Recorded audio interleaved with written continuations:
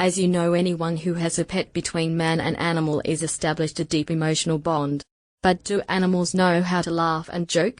Can your four-legged friend to take a joke or feel sorry for you when you drop a heavy object on his foot? Or laughing dogs and cats like we do? By the way, why do people laugh remains a mystery. Every person on the planet, regardless of the language in which she speaks, knows how to laugh, and we all do this unconsciously.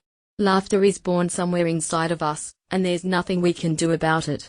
This ability, social, is contagious. It occurs before we learn to speak. Scientists believe that laughter helps us connect with another person.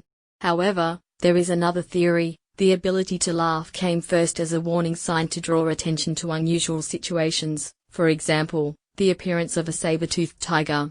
These sounds, however, in most cases, reminiscent of shortness of breath.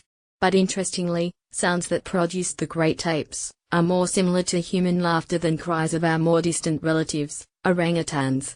The case when the famous gorilla Koko, who knew how to use sign language when he tied the laces of his guard, and then motioned for him to catch me. Perhaps it was an attempt at humor. But is there any sense of humor at other types of wildlife, like birds? Of course, some types of birds, like parrot or chatty starling, are perfectly able to simulate laughter. Sometimes parrots tease other animals. There was a case when your pet parrot was deliberately confusing the dog, flawlessly repeating the whistle of the owner. And he did it solely for fun. I used to think that because they distract them to steal food, but it turned out that this often happens when there is no food. That is, they are teasing an animal for their own pleasure.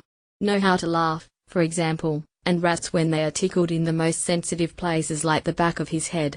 Dolphins also make sounds of joy when playing. So they are trying to show that their behavior is not threatening. There is some evidence that when the dog is satisfied, he breathes heavily. But the acoustic pattern of this breathing is different from when the dog breathes to cool down.